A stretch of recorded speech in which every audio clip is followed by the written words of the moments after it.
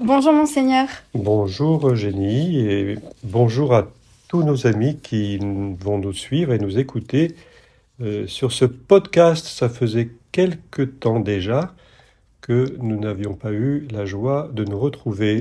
Et oui, bonjour à tous et à toutes. Et puis, ravi également de vous retrouver dans ce podcast. Alors Monseigneur, premier sujet, nous entrons dans le temps de carême, un temps fort pour nous chrétiens, qui a débuté avec le mercredi des Cendres. Est-ce que vous pouvez revenir sur cet esprit, dans ce temps liturgique qui nous prépare vers Pâques? Oui, alors c'est une belle période effectivement qui s'ouvre pour nous. Le carême va nous faire cheminer jusqu'à la célébration des mystères de Pâques. Et donc nous n'avons pas trop de 4 semaines pour nous y préparer. Alors l'esprit, l'objectif du temps du carême, c'est bien sûr de nous aider, de nous faire grandir dans la liberté de l'amour. Le temps du carême, c'est un temps pour nous détacher de tout ce qui est désordonné dans notre vie. Le but n'étant pas de faire des exploits comme aux Jeux Olympiques. Il n'est pas de gagner des championnats, de monter sur des podiums. Il consiste tout simplement à laisser Dieu nous hisser, je dirais, jusqu'à sa divinité en purifiant par sa miséricorde tout ce qui en nous est désordonné, justement tout ce qui dans notre vie est entravé par l'égoïsme et le manque d'amour. Il nous faut avec Jésus entrer dans la liberté de l'amour. En fait, la vie chrétienne, c'est ni plus ni moins, ce n'est qu'une affaire d'amour. Et donc, j'aime bien dire que il nous faut faire de notre carême un « je t'aime ». L'Esprit Saint peut susciter plein d'initiatives, toutes simples. Il ne s'agit pas de nous perdre dans 1000 résolutions. Nous serons incapables de les tenir, mais de peut-être de discerner dans la prière une chose particulière dont nous sentons que nous devrions justement nous en détacher, nous en passer pour pouvoir être davantage libres. Alors, à nous de voir tout ce qui peut gagner, les espaces à reconquérir dans notre vie pour gagner justement en liberté. Oui, d'ailleurs, vous parliez dans l'homélie qui sera sur le site internet, elle sera en téléchargement, de combat, mais pas extérieur comme on pourrait l'entendre, mais plutôt d'un combat intérieur, spirituel. Oui, c'est d'ailleurs le sens de la prière d'oraison qui ouvre la messe des cendres, où on demande au Seigneur de nous aider à commencer saintement cette journée de jeûne pour nous fortifier dans notre combat spirituel. Nous sommes invités à vivre un combat intérieur. Le combat, c'est le combat entre la chair et l'esprit. Voilà. Et donc, c'est sur ce point-là que j'ai insisté, donc, à Ille-sur-Tête, puisque nous avons eu la joie de nous retrouver cette année pour vivre avec le CCFD, comme traditionnellement on le fait dans le diocèse, cette belle célébration des cendres. Alors, un autre sujet brûlant dans cette actualité, c'est la proposition de loi sur l'aide active à mourir qui a été rejetée par le Sénat. Cette loi est revenue à l'Assemblée nationale ce lundi 16 février et puis il y aura un nouveau vote solennel le mardi 24 février. Est-ce que, Monseigneur, vous pouvez nous parler des enjeux de cette loi et puis qu'est-ce que nous, on peut faire en tant que chrétiens? Oui, alors évidemment, c'est un sujet très préoccupant. Le texte qui est à nouveau soumis au débat cette semaine, il entraîne clairement notre pays sur la voie de l'euthanasie et du suicide assisté, avec des mesures graves comme l'absence de clause d'établissement ou le délit d'entrave, et la crainte aussi porte sur les soins palliatifs. La loi sur les soins palliatifs qui avait bénéficié d'un large consensus se trouve aujourd'hui fragilisée avec la suppression de la mesure visant à créer des maisons de soins palliatifs. Alors, c'est le fait que ce texte revient à l'Assemblée nationale cette semaine pourrait être l'occasion de dissiper des non-dits et des contre-vérités, parce qu'il y en a beaucoup. Il y a d'abord la confusion sur les mots. J'avais déjà évoqué lors d'un précédent podcast sur la question la subversion du vocabulaire, les glissements sémantiques auxquels on a recours pour clairement anesthésier les consciences. Et ça, c'est le propre de l'idéologie. On change les mots pour espérer changer la réalité elle-même. Et puis, il y a tout le flou autour de l'expression « aide à mourir ». Dans le texte qu'elle propose, l'Assemblée nationale s'est refusée à recourir aux mots d'euthanasie et de suicide assisté, et pourtant il s'agit bien de cela. L'Assemblée a préféré l'expression « aide à mourir », qui est pourtant en contradiction avec le texte voté qui légalise clairement la mort provoquée et confond ainsi deux modalités profondément différentes selon qu'un tiers donne la mort ou non. Et puis, donner la mort n'est pas un soin, autant le redire. On ne prend pas soin de la vie en donnant la mort. Donner la mort, c'est un acte qui relève aujourd'hui du code pénal et non du code de la santé publique. Et puis, toute l'imprécision autour de la notion de phase avancée. Rappelons que les critères pris en compte par le corps médical pour valider ou rejeter la demande émanant d'un patient sont les suivants. Être atteint d'une infection grave et incurable, qui engage le pronostic vital, en phase avancée ou en phase terminale, présentant une souffrance physique ou psychologique constante liée à cette affection, réfractaire au traitement ou insupportable, et apte à manifester sa volonté de façon libre et éclairée. Il faut être apte à manifester sa volonté de façon libre et éclairée pour rentrer dans cette démarche. À écouter les personnels de santé, les médecins qui sont engagés dans les soins, que ce soit en neurologie, en oncologie, en cardiologie, on se demande bien concrètement qui pourra entrer dans cette définition. Et puis ils prétendent qu'il s'agit d'offrir un dernier recours, entre guillemets, pour quelques centaines de personnes dans des conditions d'encadrement strict. C'est aussi une supercherie.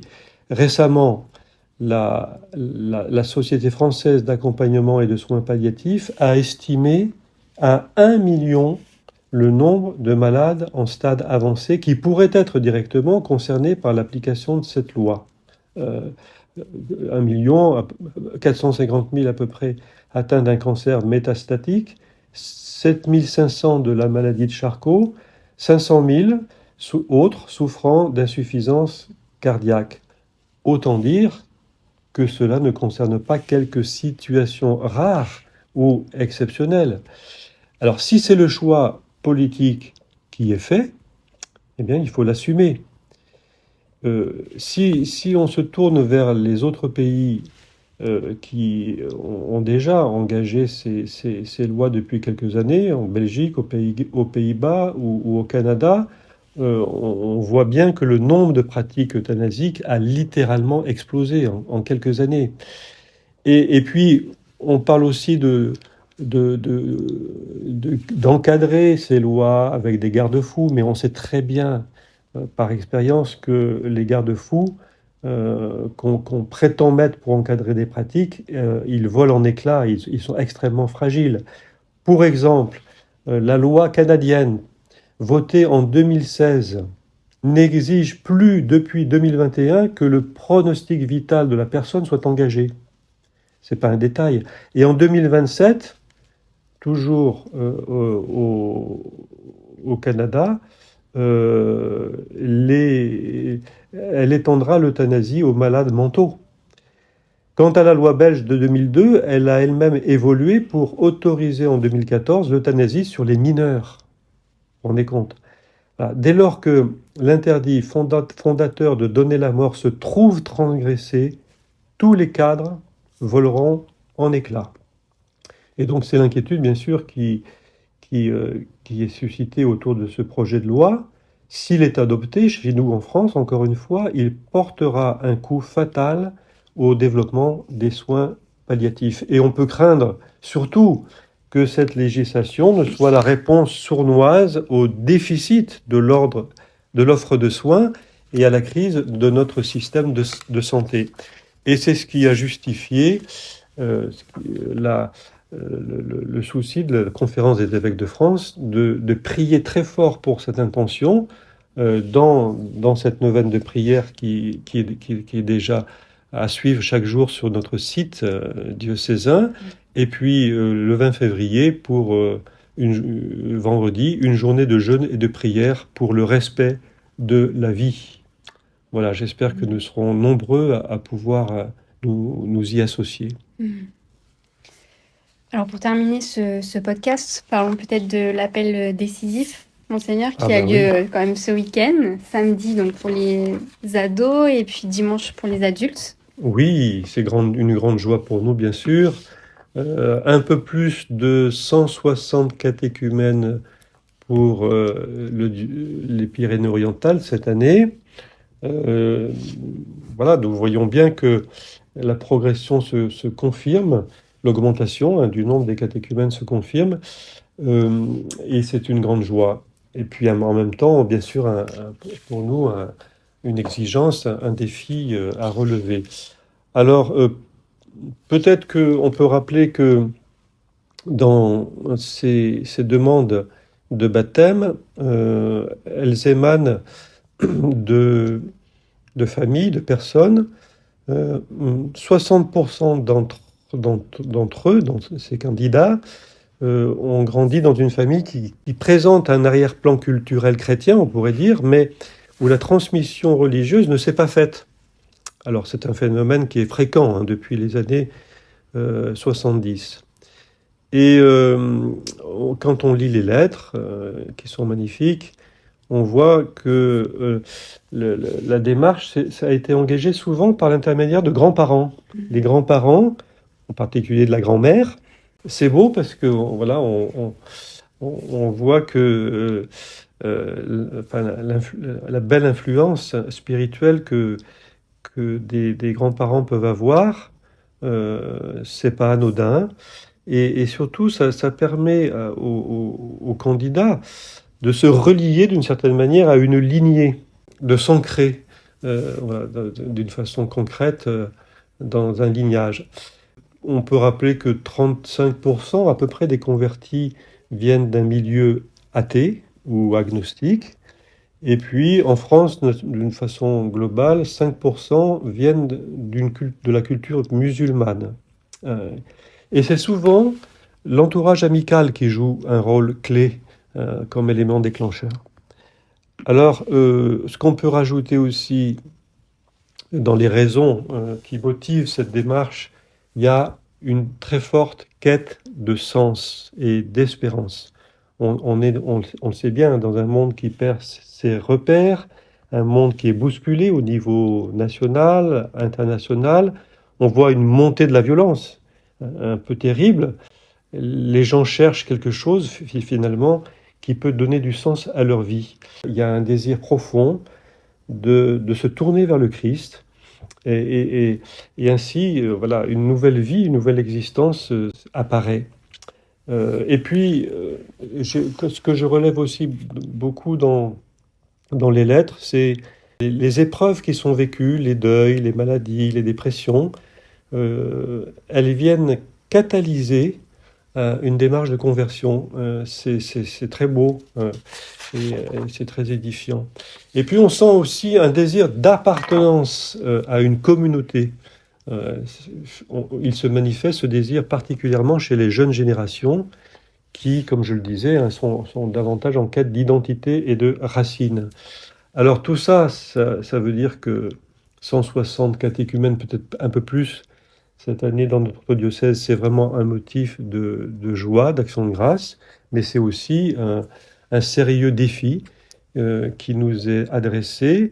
Le grand défi pour nous, pour l'Église diocésaine, c'est de faire en sorte que ces nouveaux baptisés, ces néophytes, puissent vraiment être accueillis, intégrés dans les communautés chrétiennes après leur baptême, ce qui nécessite pour nous, hein, de savoir adapter nos structures d'accueil dans les paroisses, et puis de consolider nos équipes d'accompagnement pour permettre à ces néophytes vraiment d'aller loin dans leur démarche spirituelle, que ça ne soit pas un feu de paille, mais qu'on puisse les aider à prendre vraiment au sérieux ce désir de sainteté finalement, parce que demander le baptême finalement, c'est ni plus ni moins chercher à devenir conforme à la vie de Jésus, et ça s'appelle la sainteté.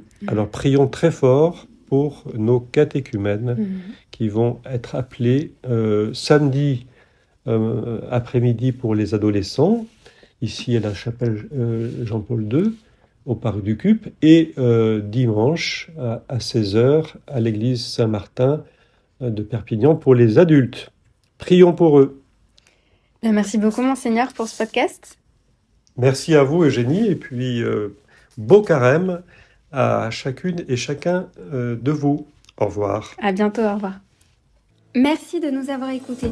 Si cet épisode vous a plu, je vous invite à le liker ou à nous témoigner votre intérêt. Et bien sûr, à vous abonner pour ne manquer aucun de nos prochains épisodes. À très bientôt.